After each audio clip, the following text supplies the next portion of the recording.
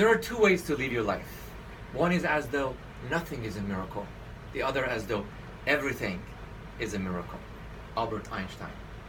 My father always used to call me shy and quiet. And I grew up with that message literally for 30 years, thinking that there is something wrong with me. I lack social skills. I'm not bold enough. I'm having a hard time connecting with people. So I have to change, eliminate my solitudes, force myself to make more friends, and so on.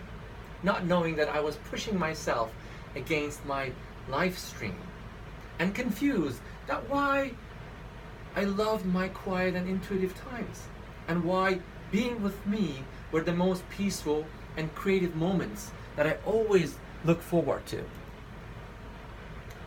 I love my dad with all my heart, whom is an extremely loving, outgoing, and sociable person whom always left me wonder how he connects with people with such ease. Love you, Dad. And I wasn't sure why my silence and seemingly shy behavior were just me being overwhelmed with too much stimulation in loud parties and crowded events. And now I'm blessed that my wife is just like my dad, loving, outgoing, sociable, and full of life.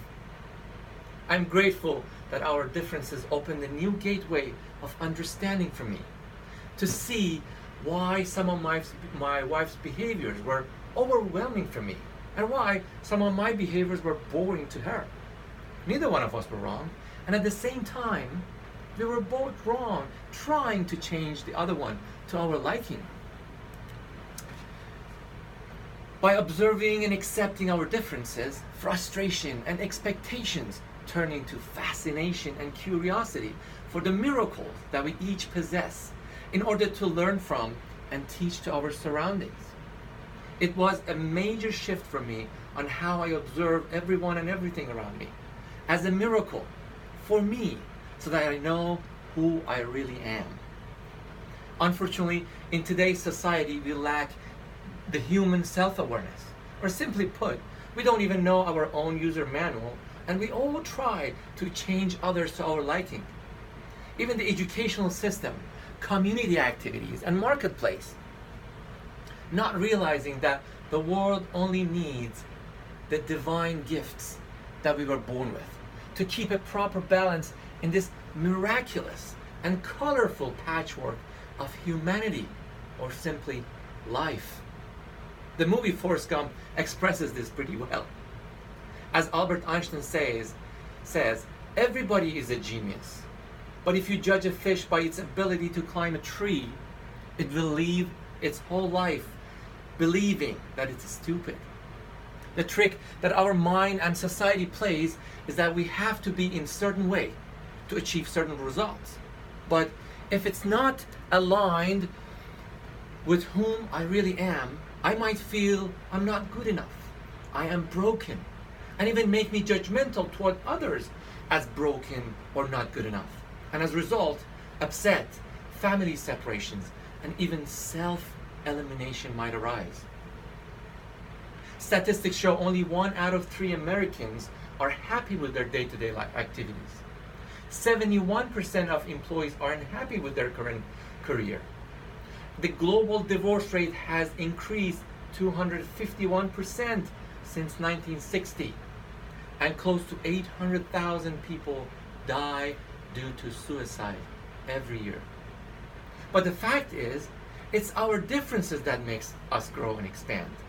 And in such precise universe, that from the largest galaxies to tiniest particles, every gravitational force and distance matters.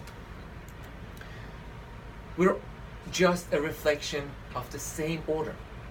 And we all already have that perfect certain way within us.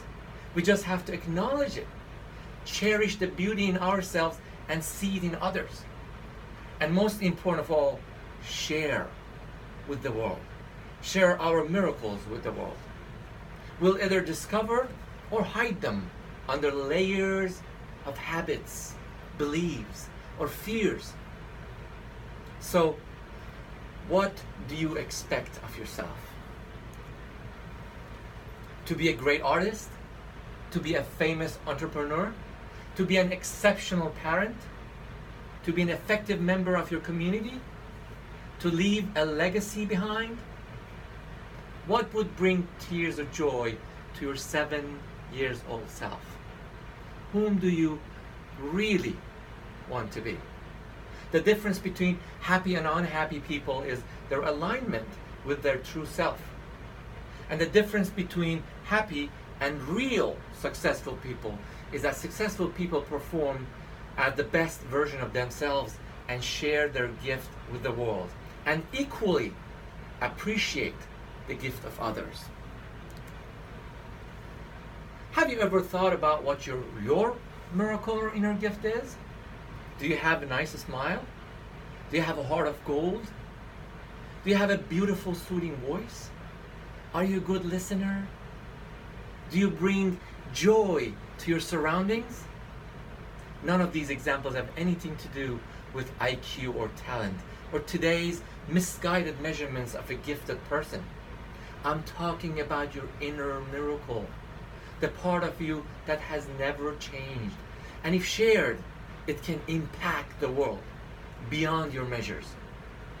I remember I was about 12, and we had a family friend whom had a 21-year-old daughter, Rose, with severe autism, whom was paralyzed, neck down.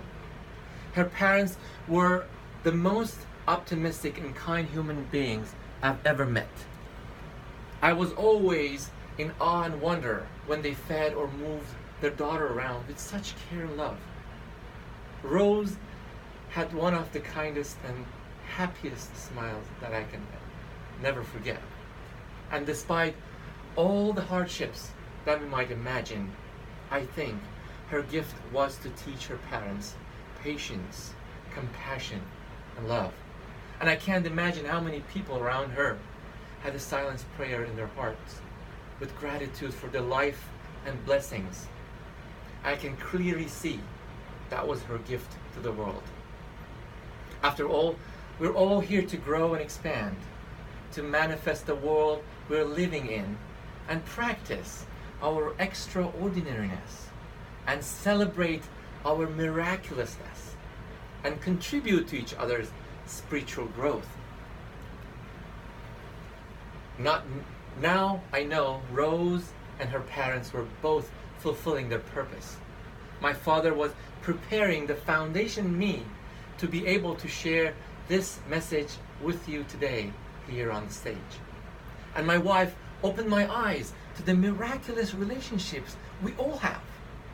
And I introduced her to meditation and silence within. Sharing our miracles is being purposeful in life, which might not have anything to do with our social scales of success. A flower that has bloomed has fulfilled its purpose.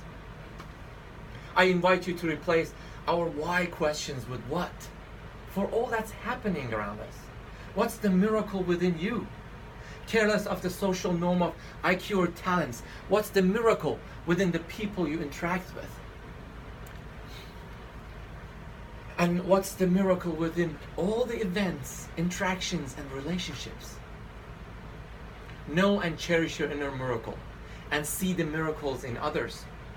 Embrace the differences and celebrate the similarities. When we make a choice to find the gift within everyone and everything, especially the most difficult interactions in life, we'll become our own miracle workers. And once sharing and contributing our miraculous being becomes a natural desire, we'll attract happiness and fulfillment beyond our own self. In the desire of the one to know himself, we exist. Rumi. What a miraculous world it would be if we all contribute the best version of ourselves to the world. No miracle was given that wasn't meant to be shared. You can do what I cannot do. I can do what you cannot do. Together, we can do great things. Mother Teresa. What is your miracle? Thank you.